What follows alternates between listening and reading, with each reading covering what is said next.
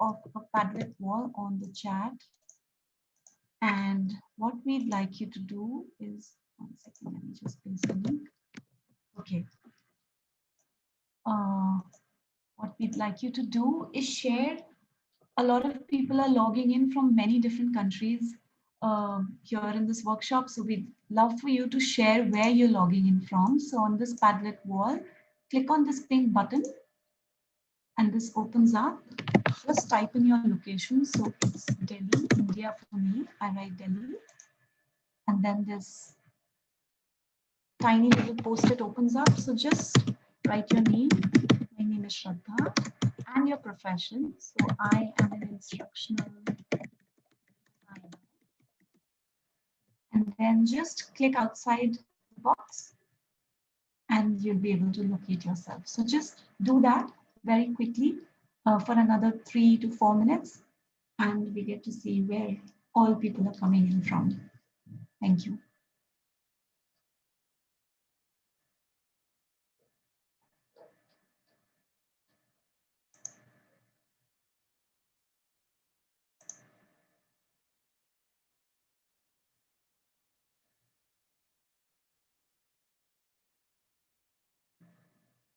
Wow, we have people from 4 continents right now on Padlet.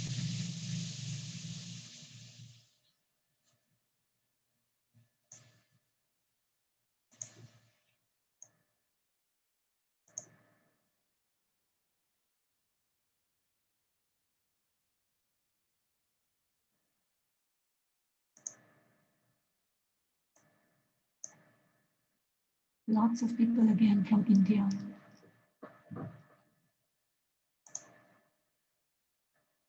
There's someone from Mexico. Hi, Gabriela. Mexico again. Wow, someone's from Las Vegas. Welcome. Malaysia. Maldives. Venezuela. India. Gurugram. Please do write your names as well.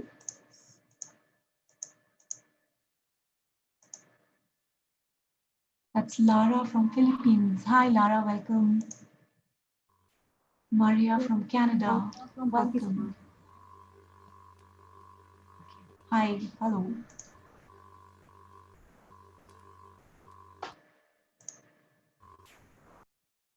Carlos from Venezuela.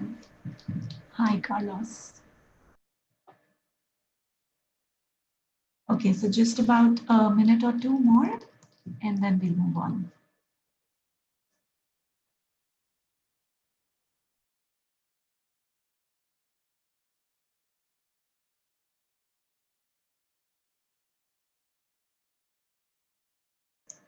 For a few new people who joined, maybe we can post the link of this wall once again.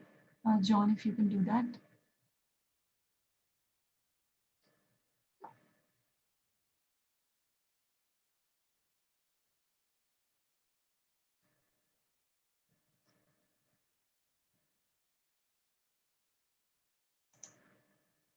Great to see a full house today.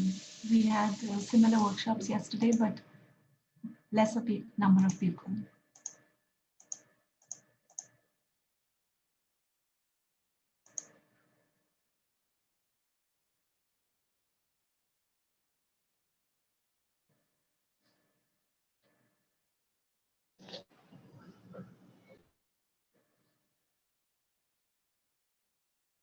People love to annotate on Zoom. There's always one person trying to do something on the map.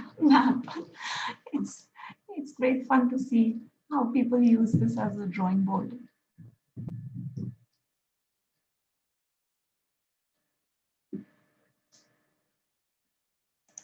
All right. That's John joining from Hawaii, my colleague. And Ireland, Rahim joining. Hi, Rahim, welcome.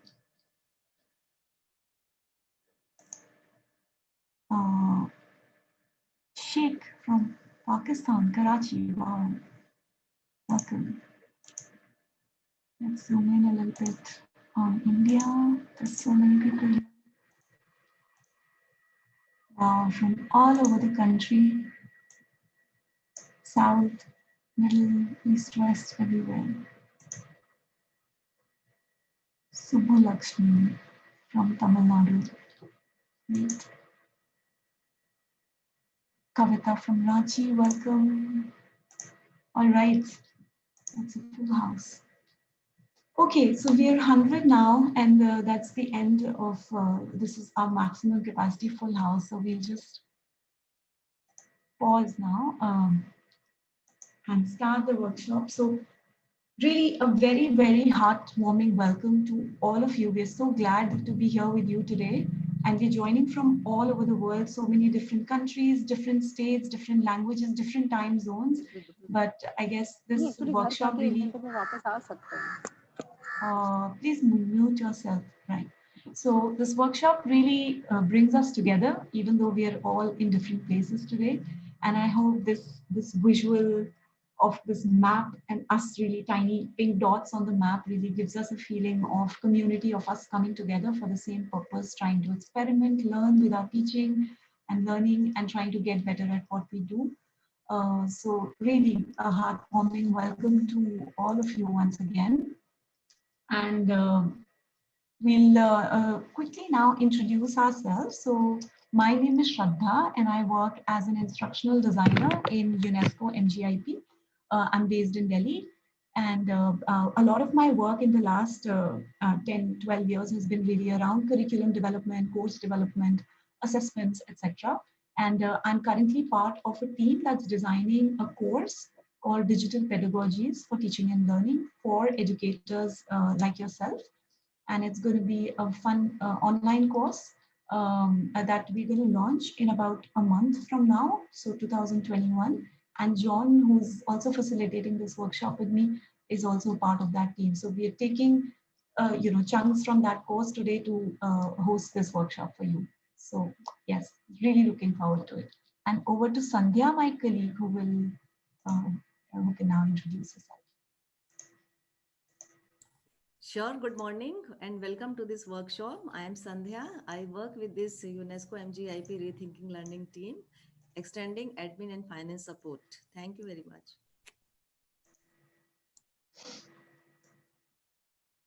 John. Hi, I'm John Pennington. I'm here in Honolulu, Hawaii. I am a design technology teacher and have been working with Shraddha on this course, Digital Pedagogies.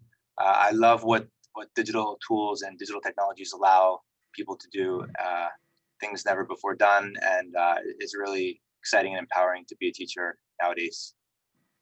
So we have a lot of exciting things to share with you. So I'm looking forward to this evening's workshop. So John can now just talk about what we're really hoping to learn today, what we're hoping to cover in this workshop. Sure, Shraddha. So a major thing tonight is a fresh perspective on digital tools and why we use them in the classroom, as well as we hope to share with you some new tools and how they can be useful for you in various ways that empower students. And that's a big thing here is giving students more capability and to be more successful on what we set for them, what they set for themselves. And then also a very simple step-by-step design process that can help you with lesson planning to identify cycles, identify some learning challenges, and then kind of identify student preferences, strengths, and design your learning experiences accordingly. So a lot of this, I just finished my PhD, and a lot of this, my PhD centers on this topic. So I'm very passionate about it and excited to share with you all tonight.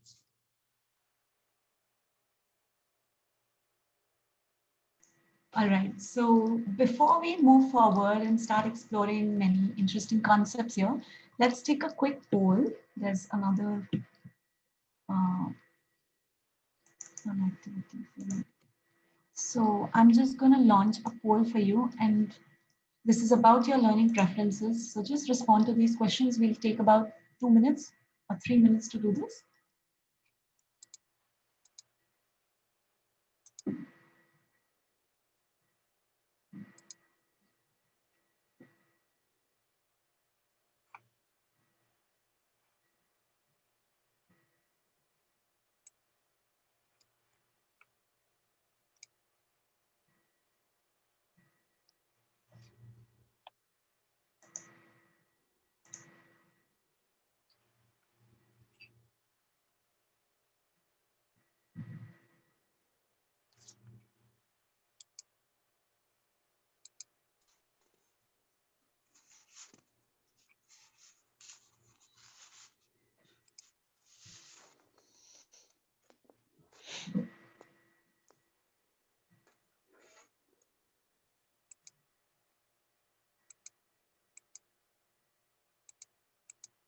Just about 20 more people remaining.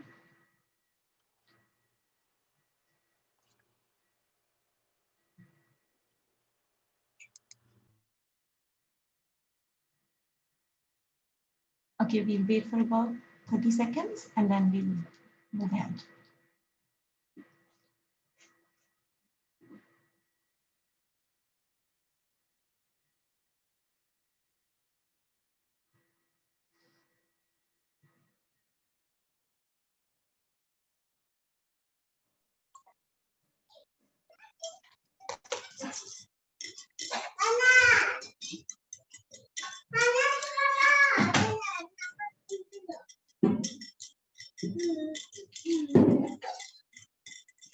Faster, I'm hungry.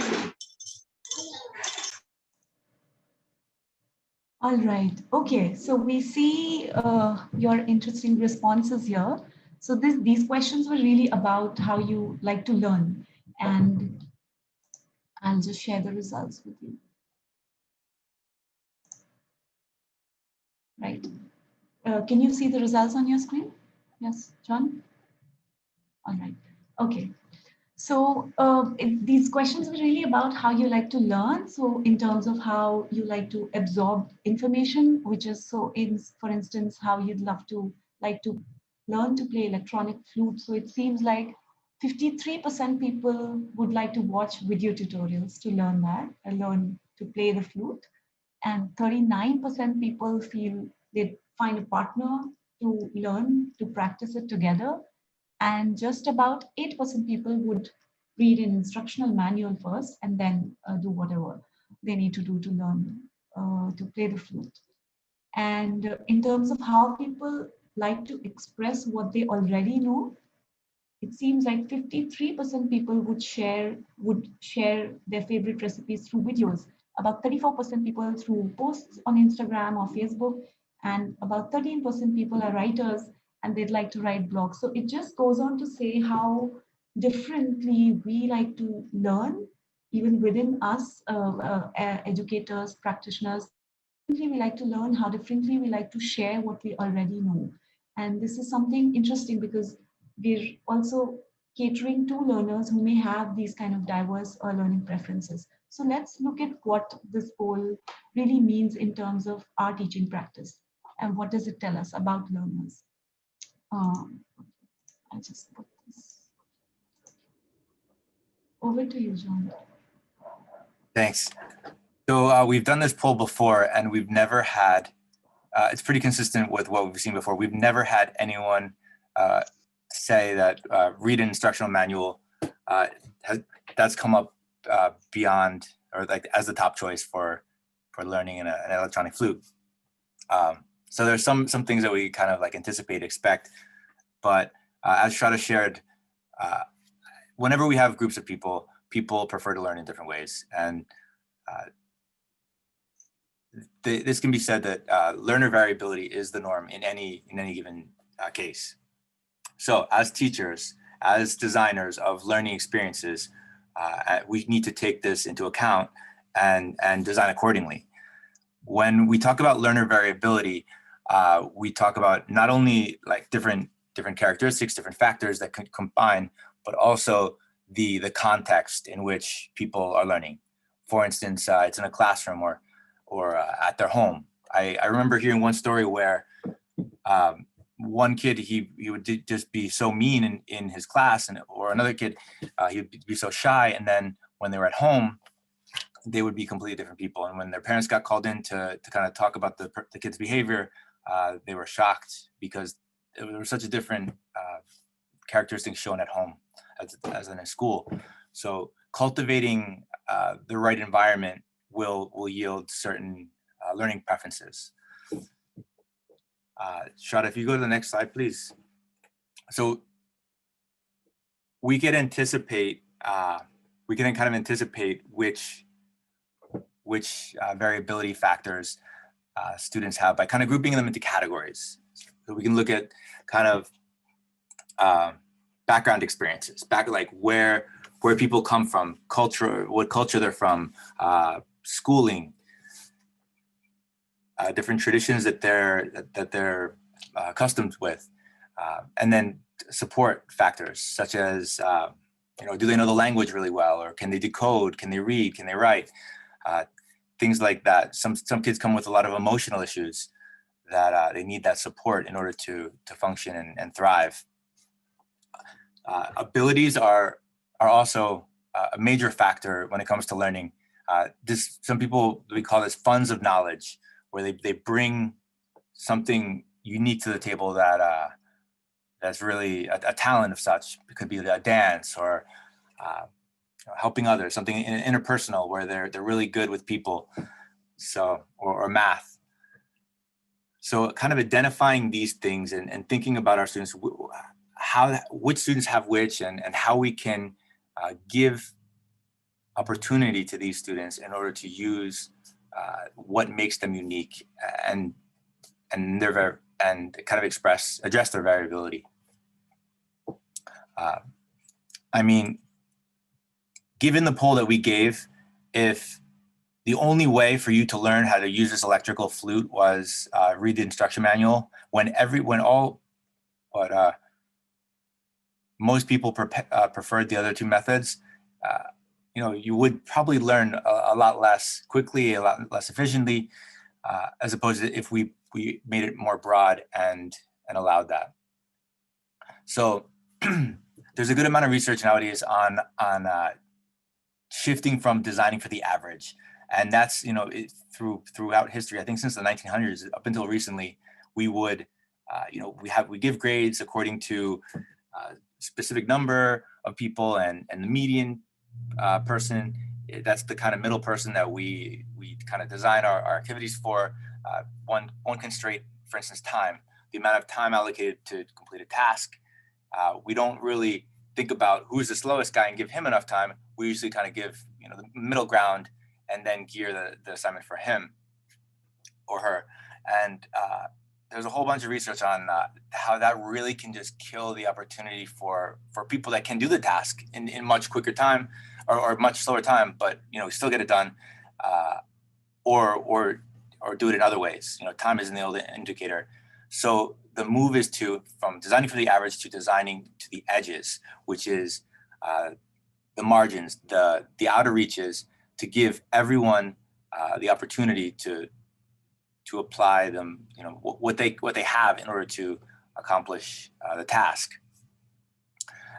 There's also a bunch of research, like you can't, with human ability, you can't gauge it according to a line and someone's scoring high or low, because it's so jagged. There are so many factors that comprise who we are and what we can do and what we bring to a team.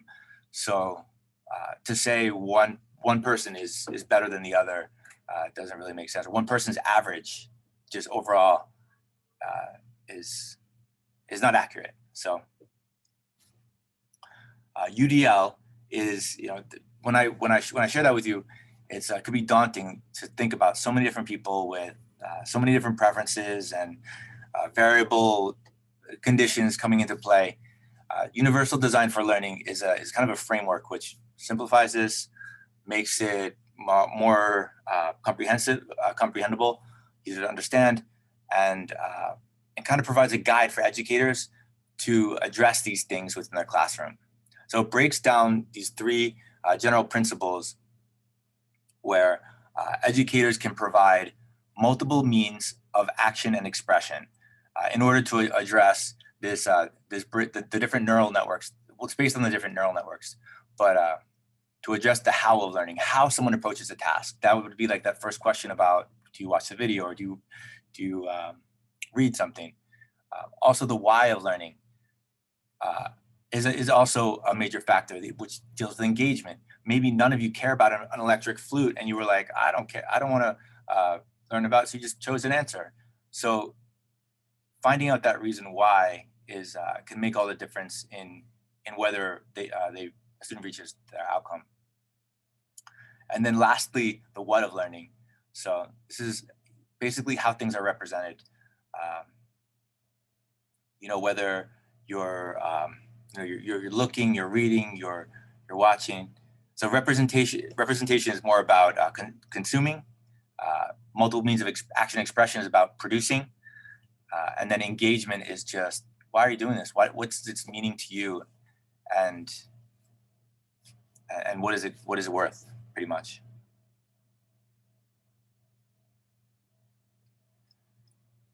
So if you look at there's a huge framework, and the UDL website provides kind of you can really dig down into what, if you're looking at, if kids aren't engaged, for instance, you can look at engagement and hone into what options you have for engaging them based on what you're noticing. One premise of UDL, which I think is incredible, is UDL claims that it's not, people aren't innately born with a disability. What disables them in a circumstance and what enables a human in a circumstance in the same way is the conditions that you present or the curriculum that you present. So if you kind of force someone down a path where they don't have the options, the conditions that they have to thrive, then they're not going to do well, and they're going to be operating with in a disabled state. I saw this personal anecdote. This really hit home for me when I saw a kid. I was working with a kid in a class in a computer lab, and the teacher had the kids write an essay, and the kid within 2-3 minutes raised his hand and said, "Miss Donna, I'm done." And the teacher didn't believe him because he wasn't a good writer. He was, in fact, a very bad writer. And he said, "I didn't write it, I used my voice." And he showed, and he had the writing, and the teacher was pretty impressed because she hadn't shown him how to use that technology. And he pointed out that little dictation button on the iPad, how he was able to do that. And the teacher didn't teach him how to do that, but he just used it and was able to complete the task in a short amount of time because he had that option.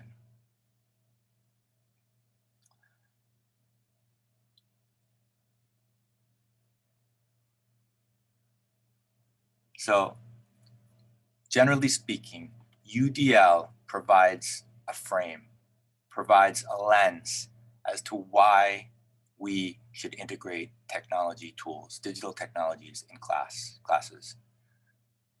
And that frame is, what does it do for the learner? Specifically, what does it enable them to do that they couldn't do otherwise or do better? How does it connect to these different variability factors? Does it align with one of their strengths? For the speaking example, is the guy a good speaker and he likes to tell stories? So we give him a tool that matches that instead of something where he's going to scribble nonsensical words. So thinking of technology integration and think of technology use in classes from that perspective of the affordances that it brings the learner, really, I think it helps people adopt technology quicker and see why it's so important to integrate, as opposed to just providing one option, a pencil, or in that case, or just having them do one thing.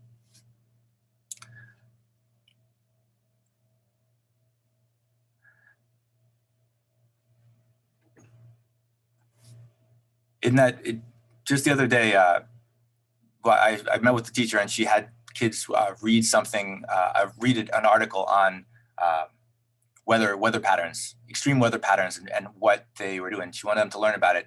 And the kids got stuck when she just gave them, she thought the articles were great about news reports. And then only when she was like, okay, some kids were able to read the article and kind of pull out what was there.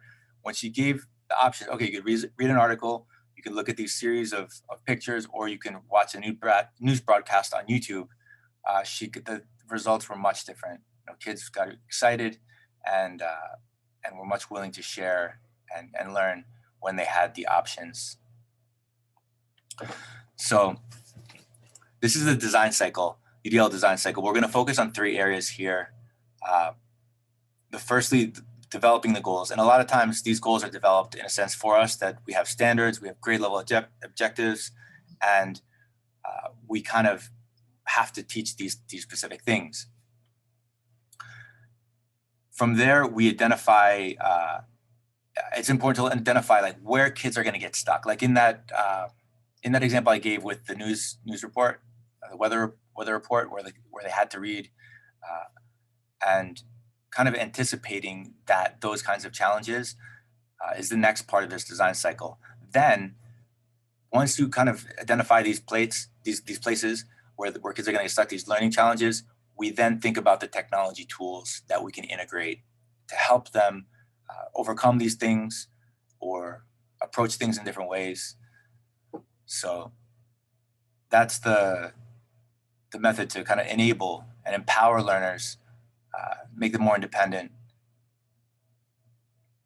through the use of technology tools. So if we can pause here for a few minutes now. We started by talking about learner variability. We took the poll and saw how variable the learners here are, how different our learning preferences are. So we spoke about the different aspects of learner variability. Then we spoke about how universal design for learning can help us really provide options for the what, why, and how, or the engagement, the representation, content representation, as well as the options for expressions, action and expressions. And then John also spoke about how a very big picture overview of how we can design more flexible, better, effective lesson plans using universal design for learning. So before we move on to the 3 stages that he spoke about, we'll talk about flexible goals, we'll talk about learning barriers, and we'll talk about digital tools that can help provide more flexible options. If there's anything coming up right now in your mind, a question or something you want us to repeat, or something that's resonating with you, something that you've experienced firsthand. So what's coming up in people's minds? If you can just unmute yourself, we'd really love for this workshop to be interactive, hear from you. So just feel free to unmute yourself. Also use chat generously. So yes, any questions, thoughts? Excuse me? Yes, Miss Rosemary. Yes. Yes, ma'am. I would like to know how we can help the special children, because we have so many children with special needs, unique needs in our school. So, can you highlight on more on that? How we can integrate technology in the classroom to help them? Because the examples really, I felt really how the child was writing, because he was able to use a voice to write. The essay came out well. So, is there any other ways also that we can help them? That'll be very helpful, because we have so many children with unique needs in our school in Kochi, where I work.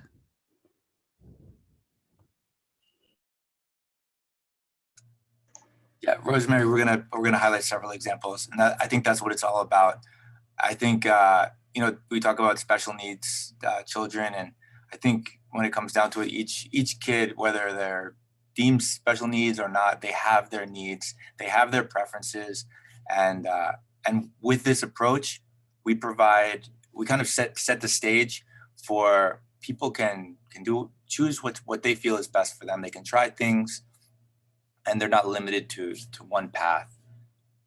So I think that's what the best thing you can get out of it is to help help the kids by understanding how they learn, and then helping them find the tools and approaches that really help them meet the goals that you set for them, that they have to as part of their school. Thank you. Sure.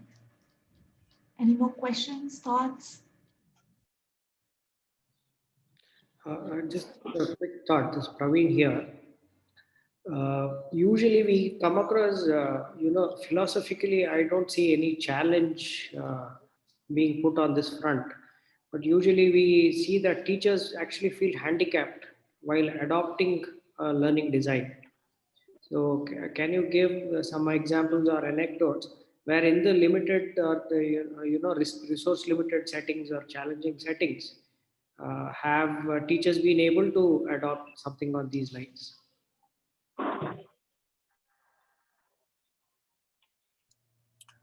I think, I mean, when we come down to it, we're talking about digital technology and access, access to the internet, access to devices. That really is such a powerful advantage. When I think of when I went to school, when I think of when my parents went to school, and what they were able to do, and versus what kids here now are able to do, it's drastic, and it's because of that reason. It's because of the access. Without that, that's they're much better. It's harder for them. And I know there's a lot of initiatives around the world to get technology into the hands of kids because it's such a benefit to them when it comes to learning. And I think that this kind of universal design for learning, the concept of people are different, and technology really helps them to kind of like bring out what they can do best, or what they need to do in order to, or the skills they don't have. So that using that argument really provides the need for it. It helps with grants and donations and such like that. So Also, I think especially relevant in these times, Praveen, is even schools in India now are using, because of the lockdown, using mobile phones and tech. We're using WhatsApps and videos and stuff for teaching. So just sometimes providing very basic options as to either listen to an audio, video, read about it. Just options can really help open up, create excitement for learning in terms of both representation of content, how a teacher presents content, are there options for learners, but also how they share their homework, so to say, how they share what they know. Do they have the option to create their own videos to share what they know, or is it always writing something down and sending a photo or sending a Word doc? So I think we're really talking about options right now, and it's definitely it differs depending on how much access to technology is available. It differs, but is that in the radar at all is something that UDL makes us really think about. There's a question coming up on chat about maybe Carlos, if you can unmute yourself and maybe voice your question, something about UBD and UDL, the difference. Yes. Can you listen to me? Can you hear me here? Yes, All right. just fine. I wanna know, because I see some similarities between understanding by design and UDL.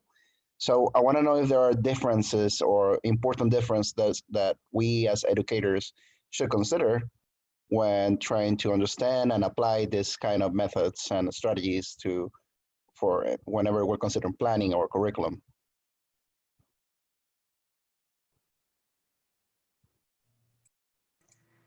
So I can speak to universal design for learning, and I think understanding by design kind of looks at the end picture and provides means of differentiation.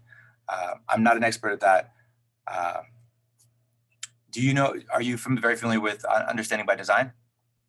Well, we use it in our school, and we saw when you were presenting UDL, I kind of see some similarities.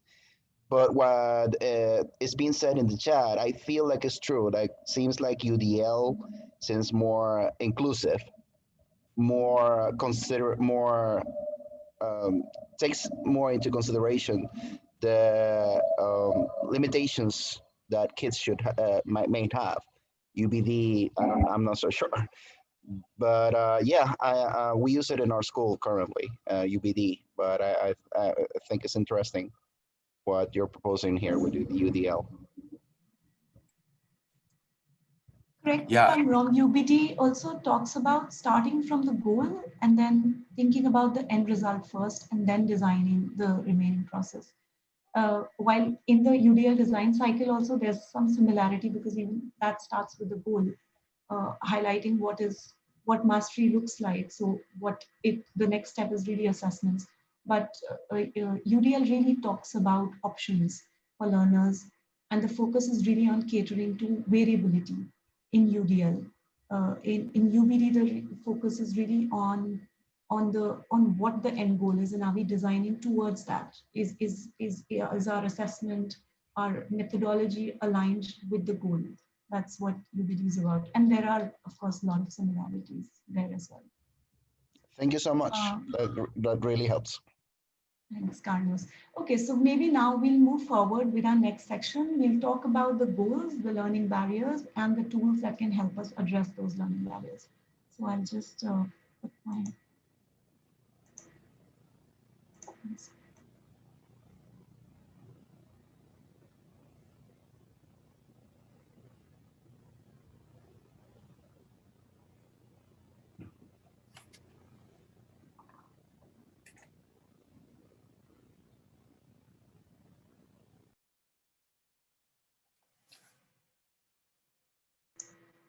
Yes, John, over to you again.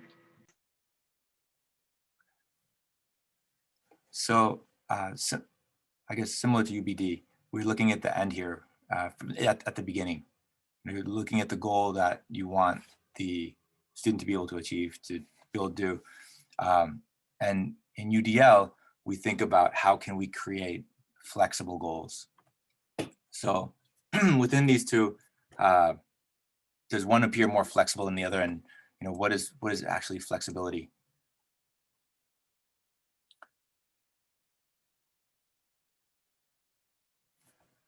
So the question for you right now is, which of these two goals, the two goals in blue and in orange, which of these goals appear to address learner variability more? Is it number one or number two? Why don't you write on chat which one you think addresses variability more?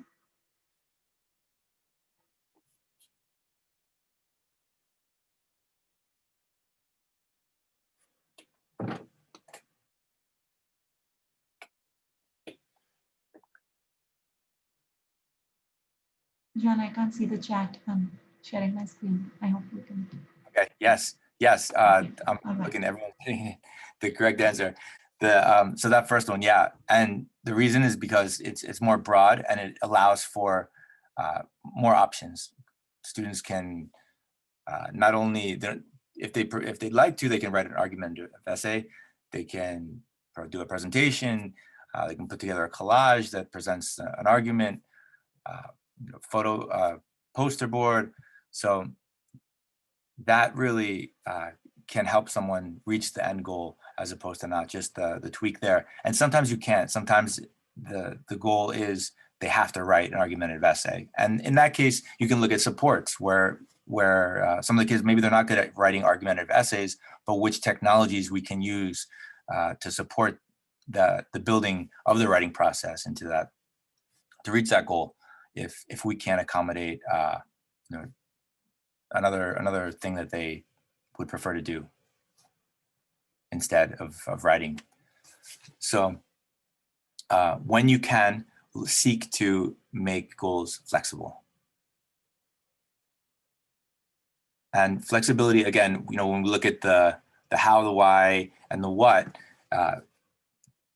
they're able to study, maybe they can, choose. In that case, they could choose anything. They can argue in any case. So it's flexible in that way as well. You're not saying they have to write an argumentative essay about a particular thing.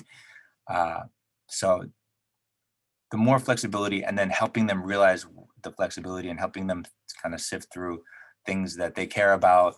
A lot of things you can shape things so that kids are making an impact in the world about things they care about through different causes or just by the projects they do. And if you can align that, you can really boost their engagement and how they feel about the work that they're doing.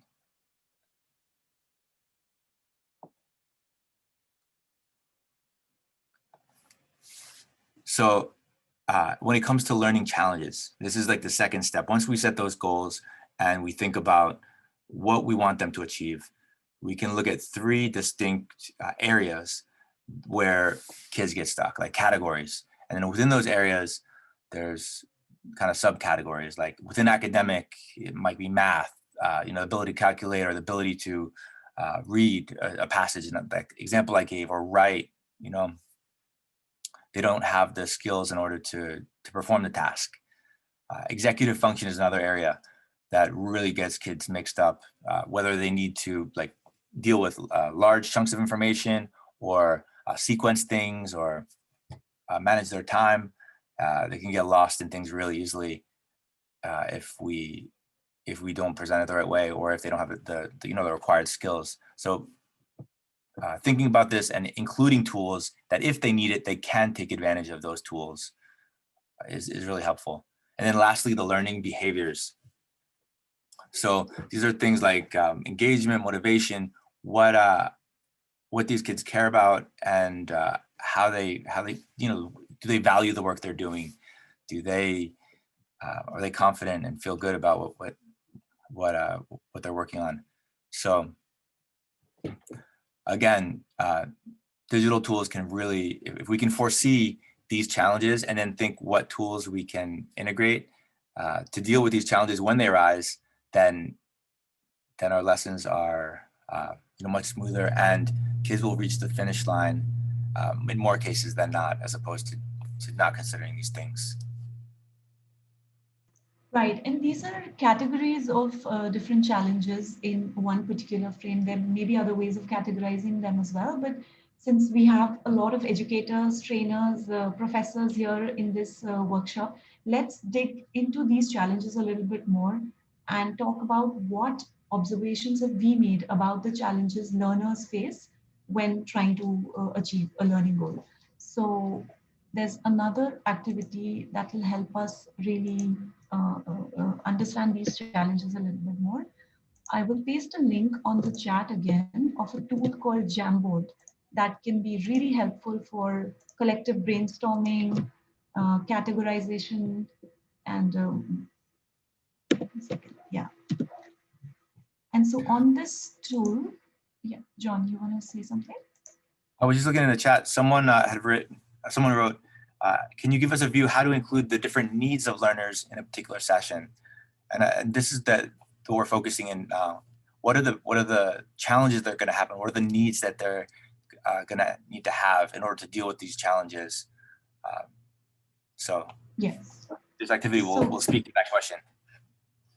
Yeah, so this is the second step after designing flexible goals. We identify the different kinds of learning barriers. So let's talk about that. And then lastly, we get into what kind of flexible options can we use to address these kind of learning barriers. So this is where the link that I just pasted on chat will take you on Jamboard.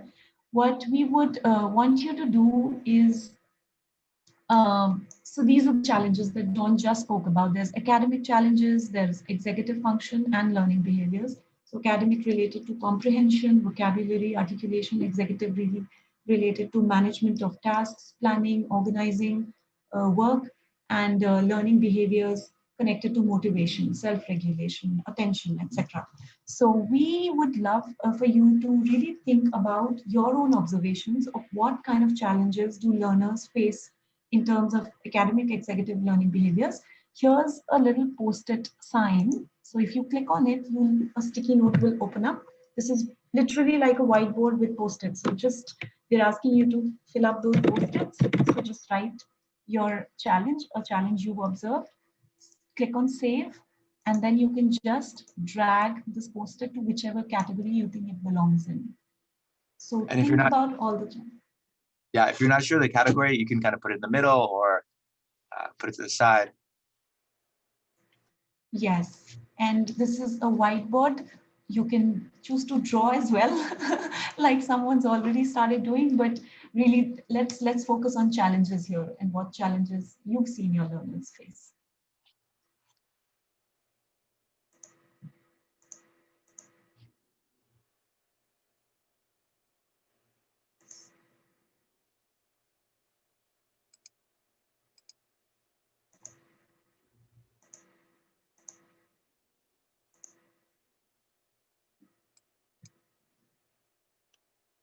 So we'll spend about 10 minutes in this activity.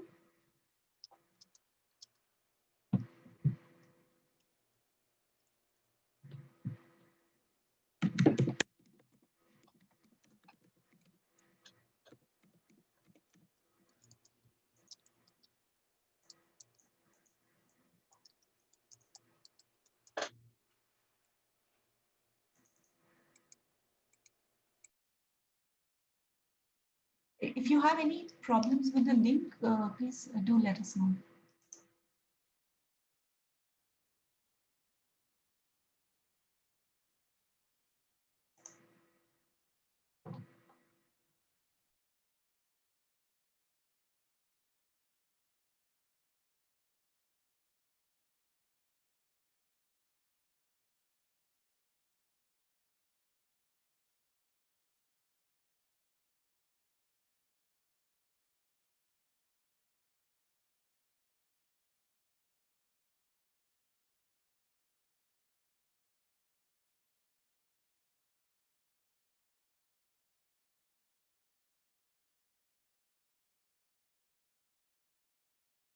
So there are 3 pages with the same format, and if you feel the first page is too crowded, you can also use the other 2 pages.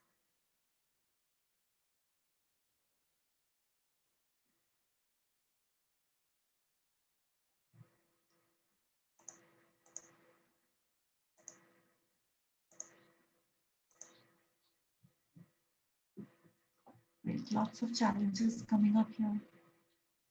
How to cultivate emotional awareness, that's an important one. Short-term memory. Introverted students, that's, I think every teacher has uh, experienced that.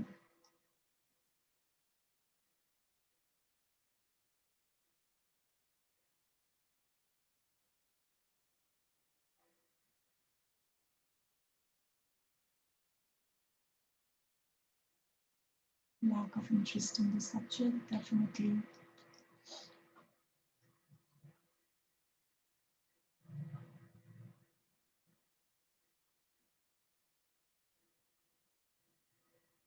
Difficulty in prioritization, that's an important one.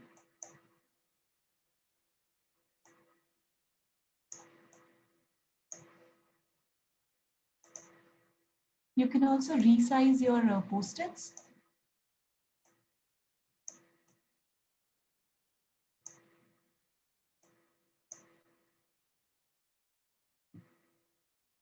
Understanding of language, someone pointed out, that's an important one. Curriculum design, maybe someone can explain that. Whoever wrote that, would you like to explain what do you mean by curriculum design in terms of academic challenges?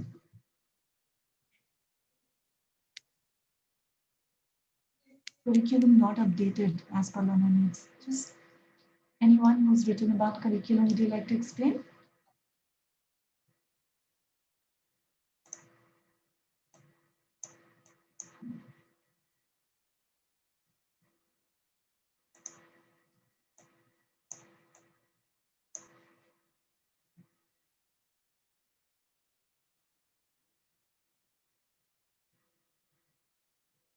Favoritism of teacher, that's another interesting one.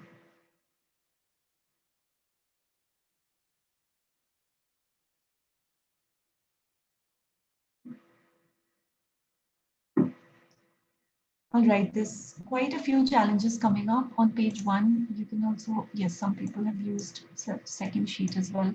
Would anyone like to unmute themselves and explain any challenge that they've experienced with their students. They've seen their students having. Let's hear a few responses.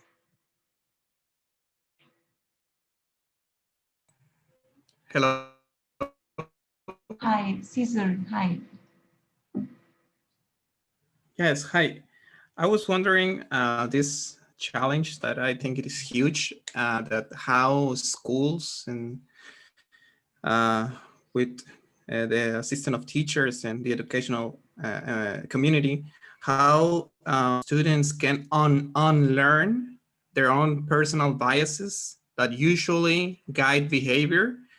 And those biases come from family and their own and personal environment, like community and all these places and things that they are exposed to on their everyday life. So how to unlearn those biases is a big challenge that I think for education.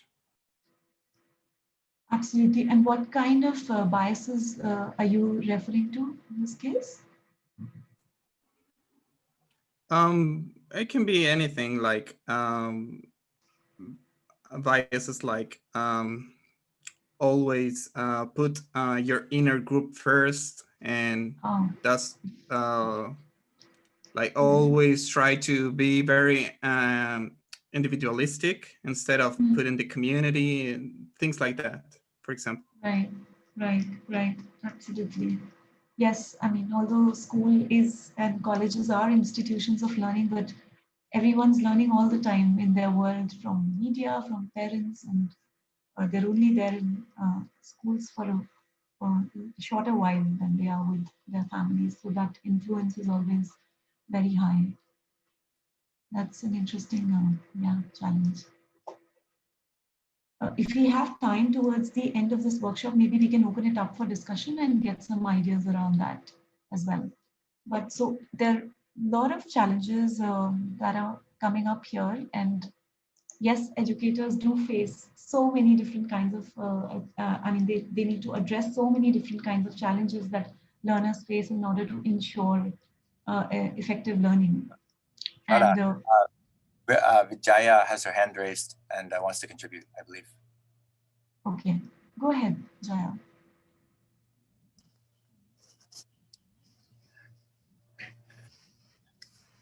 Yeah, can everyone hear me? Yes, Jaya, we can. Good morning, everyone. Thank you for the wonderful session. I have been working with a very backward school till date. So there I have seen that there are more dyslexic students, and many students have learning disorders, and they are just put aside because they don't easily learn things. So what I do is like I invent things, I do a lot of pedagogic activities, and I take forward. But I see that many teachers, as the one who spoke earlier has told, that teachers find themselves handicapped how to educate such kids, such unique kids. So this is one question that raises in every mind of every teacher.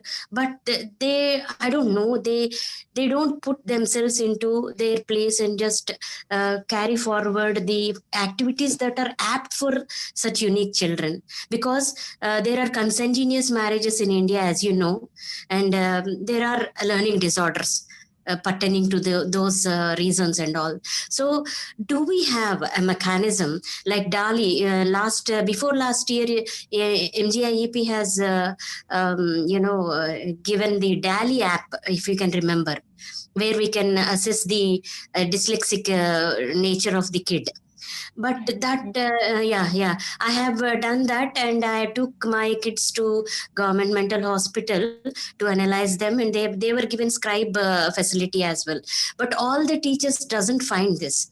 So I think that we should train teachers how to deal with such students, because they are put aside. This is just my question, that how can we create awareness in all the teachers of India or abroad, wherever the teacher is, so that these children are not put aside and they can learn on their own, or some activities we can train teachers. Can this be possible through MGIEP or any other other?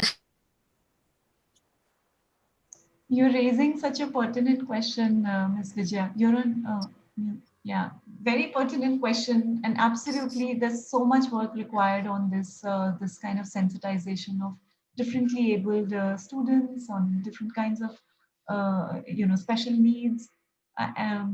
Absolutely, and I think MGIP is a small institution trying to do some work around it, but it really requires a lot of policy priorities, government interventions, etc.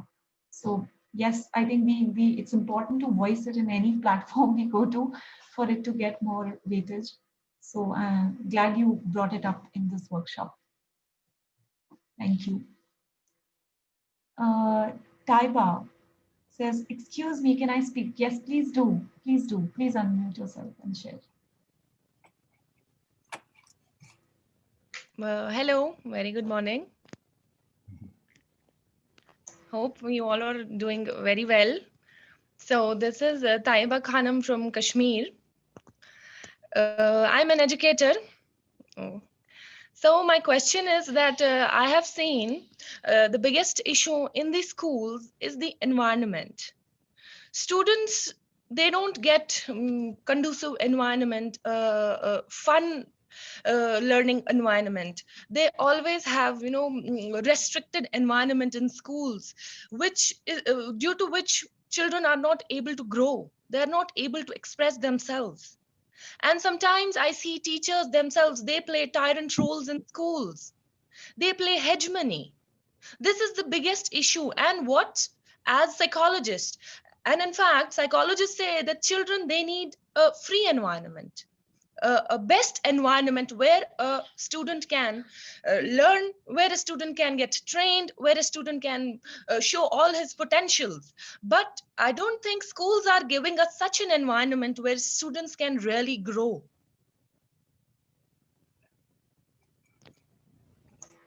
Right, Taiba. Yes, definitely. I'm not sure if right now we can talk about that since this workshop is on design and digital Can I pedagogies, but participate, Shraddha? definitely. Yes, Danya, go ahead. Ji, We will Shraddha, spend another 2 minutes on the discussion and then sure. move forward. Actually, I want to answer Taiba's query and also put it forward to you that all this is because of one of the major problems that we are facing in our academic setting is that our teachers have no vision. Most of the teachers that are coming to the schools, they do not know why they are teaching certain thing to a student. Maybe there are a lot of issues, there are no trainings available to us. Either we don't update ourselves. This is one of the major issue. We can all say that in the times of COVID, how much we have invested our own personal growth in our own personal grooming. As a whole, our teachers do not, uh, regardless of the fact that we have least opportunities, but there always are some opportunities for those who want to learn. That's my answer to Taiba. Maybe she has been a lot of problems and issues, but the teachers who have vision in themselves and who the teachers that want to do something, they'll do, regardless of the fact that they have least resources in their environment, in their schools, and in their academic settings. That's all from my side.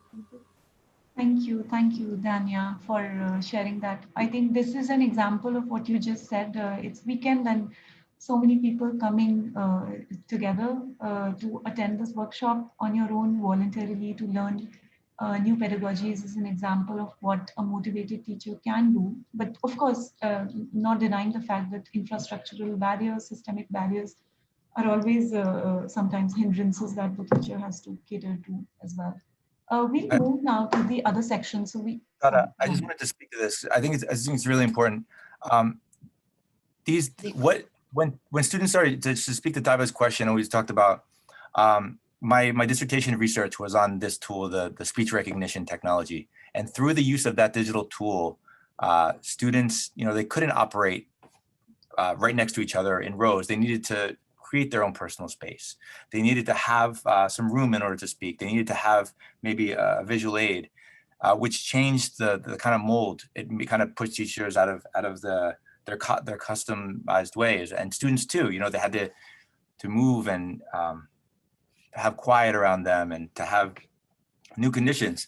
So I think when you see things that work, and when kids are using digital tools that maybe they're collaborating or they're speaking to or using in different ways, it kind of sets an example and proves a point that we need to be able to provide the freedom for kids to pursue these different learning tools, on their own terms, in new ways, because it's helping them.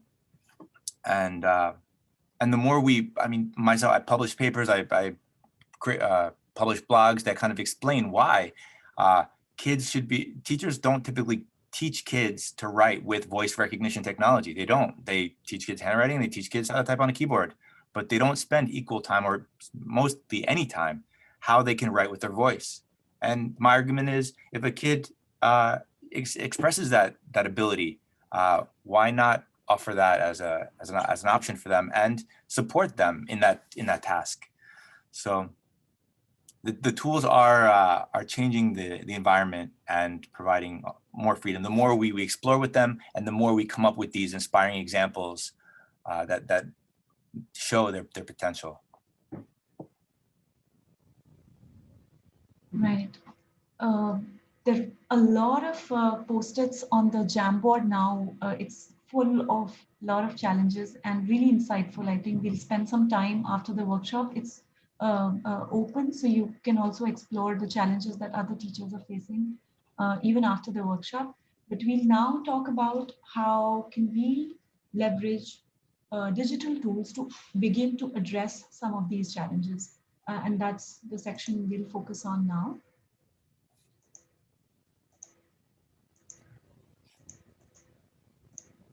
It's great. I think these types of discussions are incredible, to have people from different parts of the world sharing the challenges that their students are facing, discussing them, devising solutions, coming up with technology tools that could aid, looking at how teaching and learning is transforming, the barriers that are in place in our same kind of jobs in different parts of the world. It's fascinating, and it's compelling for us to move forward in different ways. So I thank you all for participating and sharing your stories and your suggestions.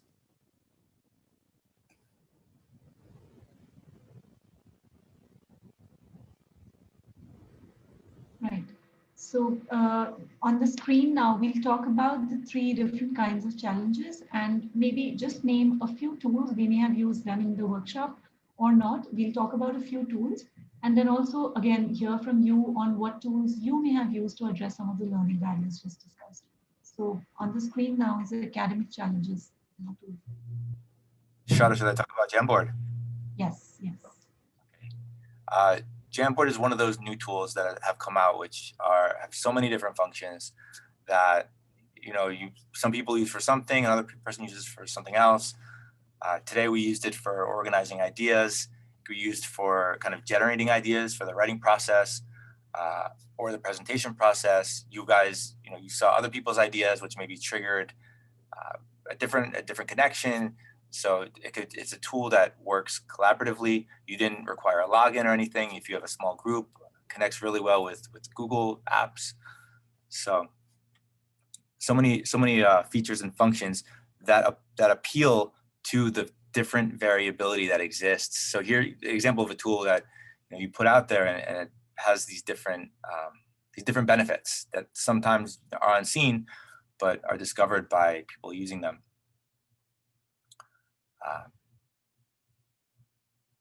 So Jamboard, I suggest, if you haven't used it with your students, to try it out.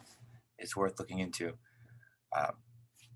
With the executive function, over the past, I'd say 5-10 years, a big name in the kind of notification or kind of at home communication with parents has been Remind. Seesaw, I think, is another one where kids and parents are sharing things that they're doing in school, and parents are being notified at home through even text message, which really connects that. I've heard the connection of the 3-legged stool in order to reach success, where the parent, the student, and the teacher are working together to help build up from there. Google Classroom has, with schools closing or everything going online, physically closing, Google Classroom has just boomed. And within Google Classroom, it provides a number of tools to aid in executive function.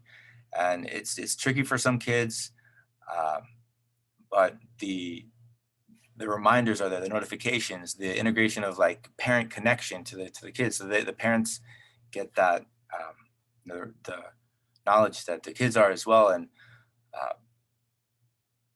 the time management and keeping kids on track is so essential, as opposed to when they just have a class and they don't know when things are due and they gotta just kind of remember to write it down themselves.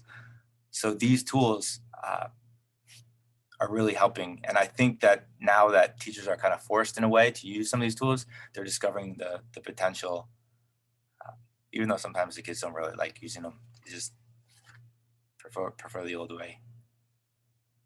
Like what someone spoke about, the cultural norms, societal norms.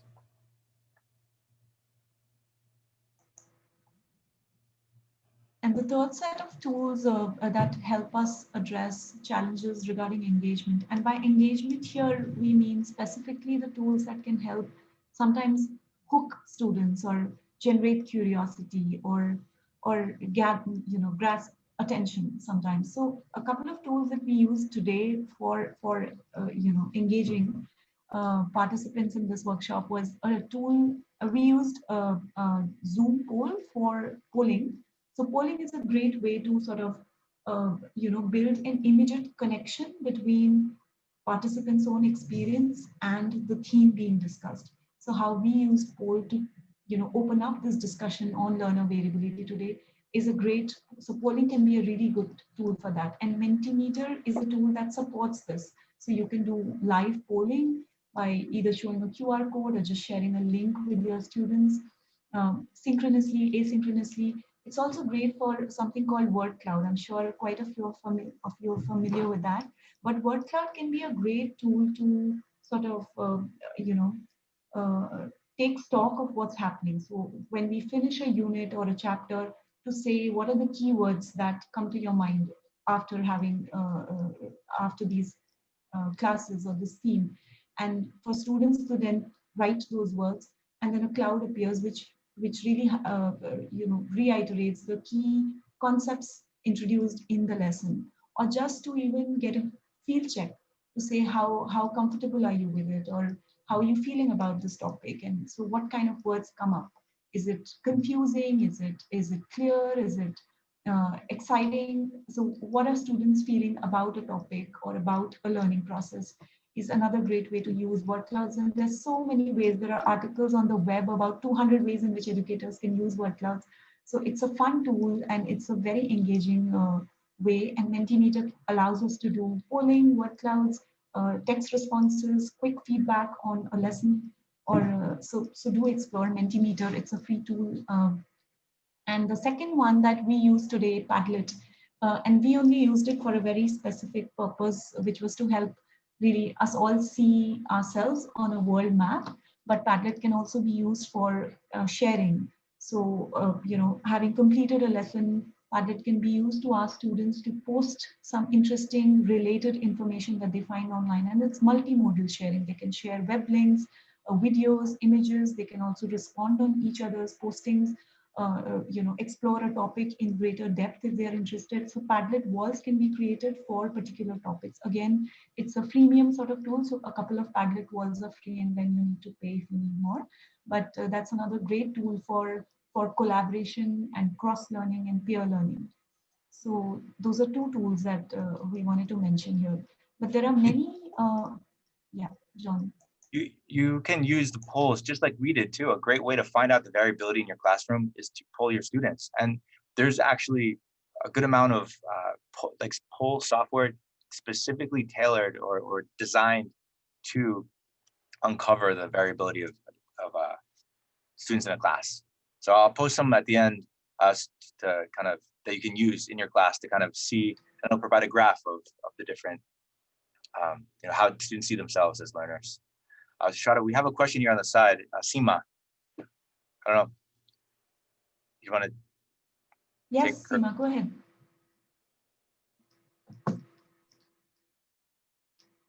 What is that? Is a question on the chat?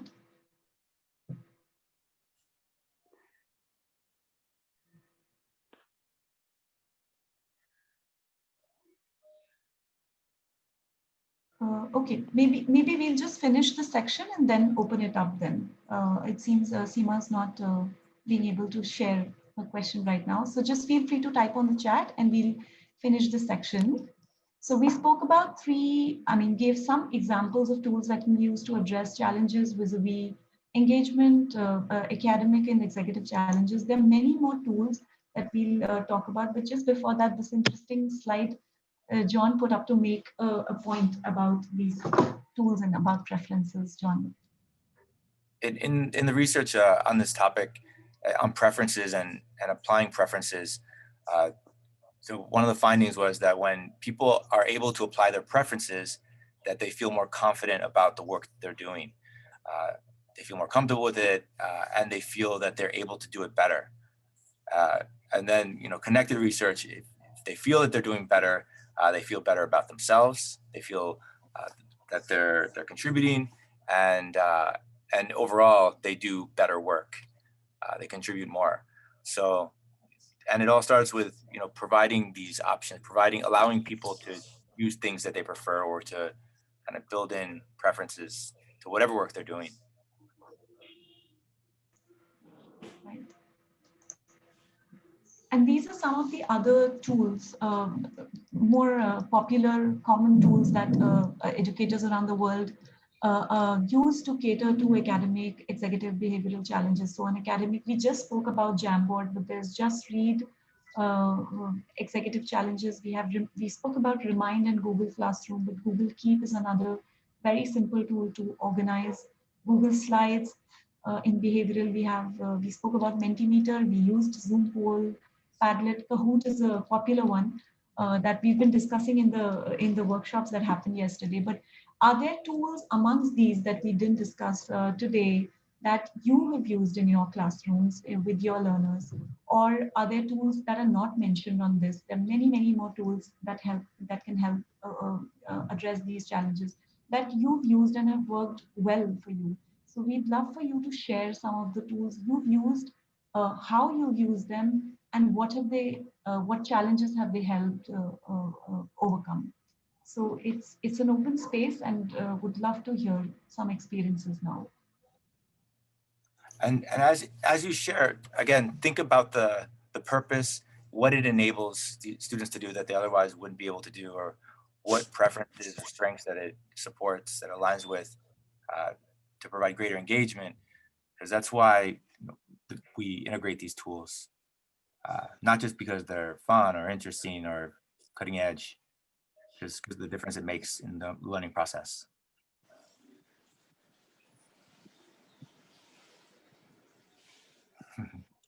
Carlos, please go ahead.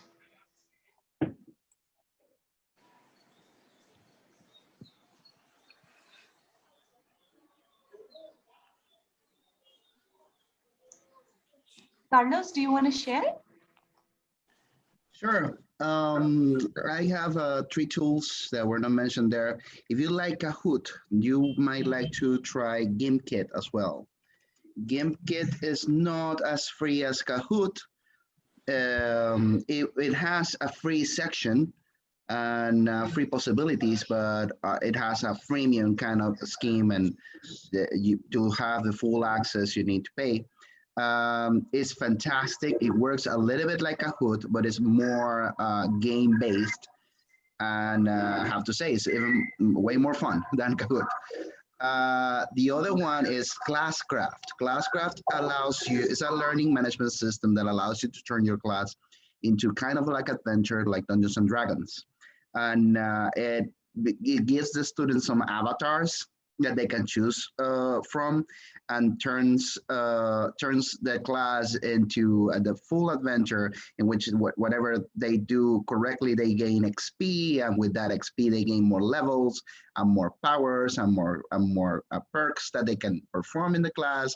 And whenever they don't do that well, they lose health, and their characters can reach 0 HP, which means that they're probably going to have to perform an extra activity in class to be able to keep on playing. It totally turns the class into a game, and the kids love it.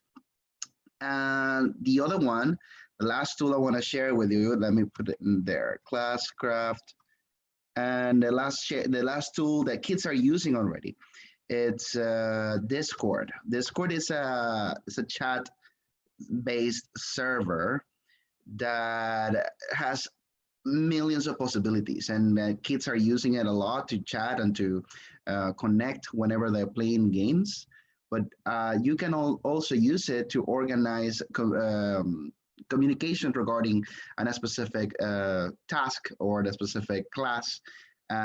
Organize different channels in which different conversations are happening.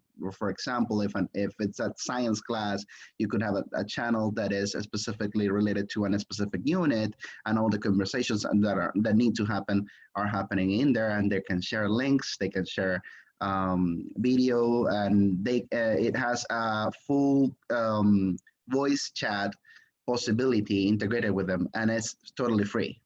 So those are the three tools that I really wanted to mention to help overcome those challenges. Thanks for sharing that, Carlos. This sounds really fun. Yeah, and bold.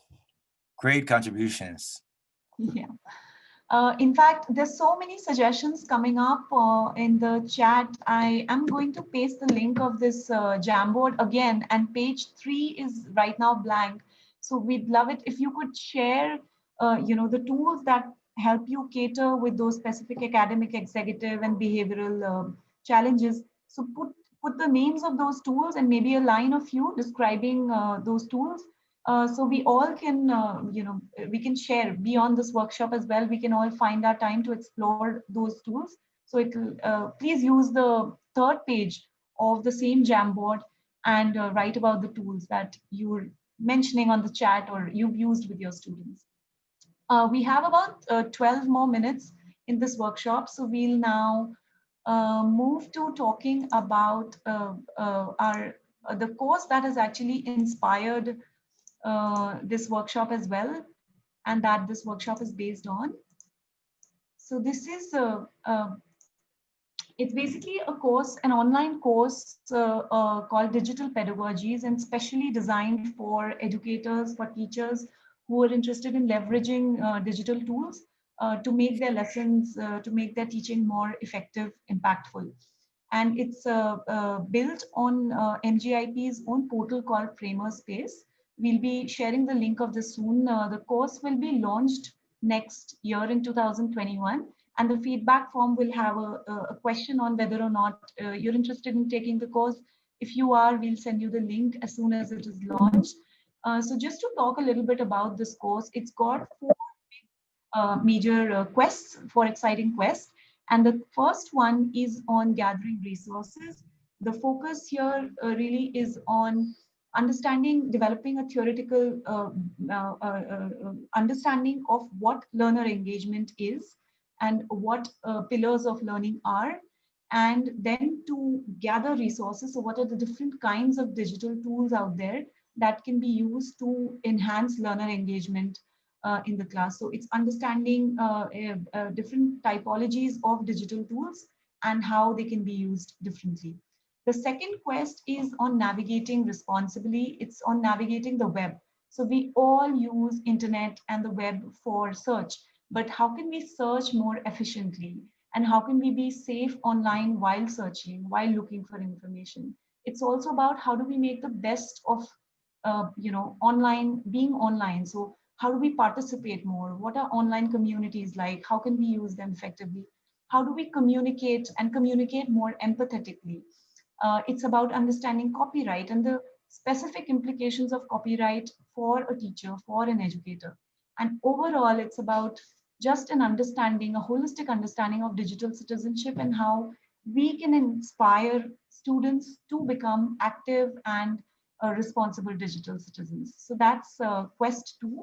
And in Quest 3, and large part of this workshop actually is built on Quest 3 and Quest 1 as well, is the focus here is on universal design for learning, to really understand how we can use the principles of universal design for learning and the design cycle to plan lessons that can engage different kinds of learners simultaneously, and keep them engaged.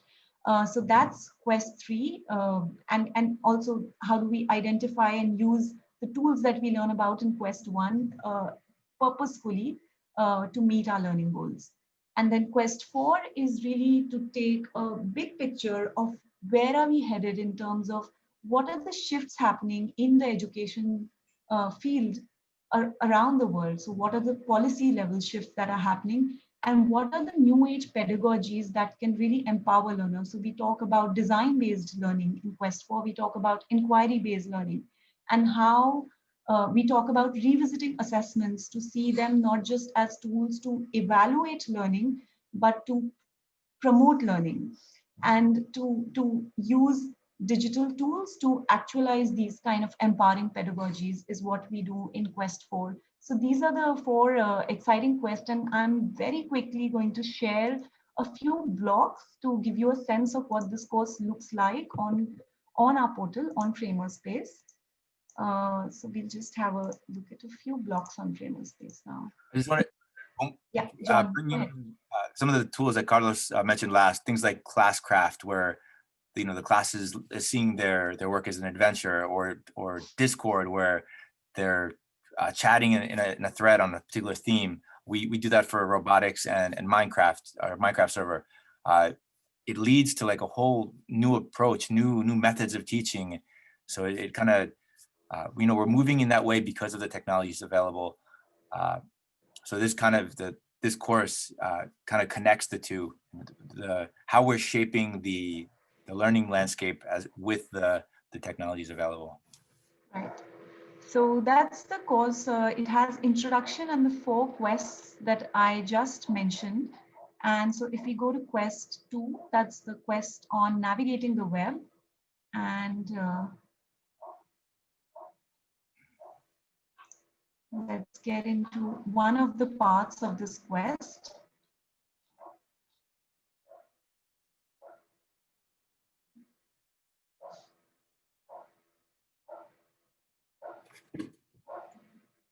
Internet's pretty slow. And someone actually mentioned this tool that we used quite a lot in our course to design interactive blocks called Genially.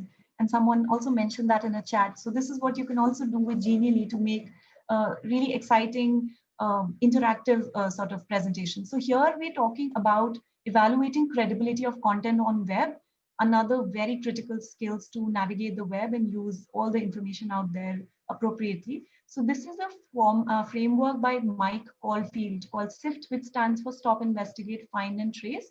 It's got, so let's get into one of this. If we go into investigate, this gives us a little description of what exactly is to be investigated, some reflective questions that teachers may actually connect with. And then if you click on tips to investigate, what you see here is some tips in bullet points. The option is for you to either read those tips or watch a video, which also has the same tips. So some people register best when they read, while others would rather watch a video, as we spoke about early on in this workshop. So those are the choices. And then once you've read the tips to investigate the source of content on web, there's also a task, a test of sorts, which is a small URL which takes you to a link. And the question being asked here is, can you trust this quiz and determine whether the individual is predominantly left or right brain person? So it's really an opportunity to apply the tips that one reads about on the left side immediately, and then see whether they can correctly apply the tips and the system and get some feedback from the system. And if they're incorrect, then it's time for them to read it once again and really apply the tips as they are. And only so the focus here really is on learning and applying. It's not just absorbing content, but checking the understanding of whether or not I'm able to use the information being represented here for my purpose. And so after they've read about it and practiced it, applied it, they move on to the next step where the same thing happens again. You can learn about finding trusted coverage, read some tips, either watch a video or read content, and again, take a little quiz and see if you're able to use these tips to find the source of content. So that was a little bit about this blog, and there are many topics in the blog. Unfortunately, we don't have time to cover all of them, but the focus is on making the content as relevant to teachers, talk about the everyday dilemmas that they face in their teaching, and on application of what is being learned. So it's full of a lot of formative assessments and tasks that can help develop these kind of skills. I'll just stop my screen, make an announcement about the feedback and certifications, and then we can maybe we can take a few questions if there are any burning questions coming up. A big part of this course that Shada just showed is that the integration of digital tools to show how they can be used to address learner variability, especially Genially. Genially is one of these new age tools that is really providing a lot of new things that haven't been able to be done before so easily. Little packages of learning experiences. Shada, go ahead about the feedback. Yes, so I just posted the link of the feedback form. So feedback form for two reasons. One, please be generous, give us constructive feedback so we can improve the quality of our upcoming workshops, but also your name and your email ID on the form will help us send you the certificate of participation for this workshop. Also, the section on whether or not you'll be interested in taking the course will help you make announcement as soon as it is launched. So yes, do fill up the feedback form and let us know what you thought about this workshop. Any thoughts, questions, burning desire to share something? We have 3 to 4 minutes left. Anyone? I just want to share. Hello. Yeah, Sharmishta. Yes. Hello, this is Shormishta from Bangladesh, and I'm currently working as a fellow Teach for Bangladesh. So during my working in a school that is a government school, and this is underprivileged, and most of my children actually are underprivileged. So when the pandemic actually started, among all we are actually try to connecting with our students. So all have not access same thing. So so far I have connected with my students. So we are connected through email, WhatsApp, and Messenger. And it is actually a happy moment. At the same time, it is also excited, but it is also disturbing also, because when day to day I connected with my students, and my number actually more reached to more people, I also started get unwanted text and call from that community. So I think my well-being actually affected for it. It's more about that psychologically affected. So it can be, I can give some proposal that the program can be focused that how to handle or tackling this kind of harassment that it said, like taking have a session or based on experience that how to deal with that type of harassment. So I think it's my actually challenges that actually I'm Thanks sharing. a lot, Sharmishra, for sharing your challenges. I guess a lot of educators will relate with that. And Yes. yes, at MGIP, we can definitely share it in-house to see if, since we do deal with social emotional learning, if we can maybe organize something around that sometime later. But right now, in this team, really the focus is on digital pedagogy. So how do we design and learning experiences better using pedagogies? But we'll definitely take that up in the institute. Thank you. All right. Thanks a lot. There are lots of comment coming up on chat and lots of questions as well. We'll try and find time to respond to these. My email ID is with a lot of people. I sent out emails. So if you want to reach out, please feel free to write emails to us for any other questions. So thanks a lot. It's been a pleasure uh, uh, interacting with all of you and hosting this workshop. And we hope to see you when we launch our course soon. Thank you so much. Thank you. Have a John, nice any day. last words? Yeah.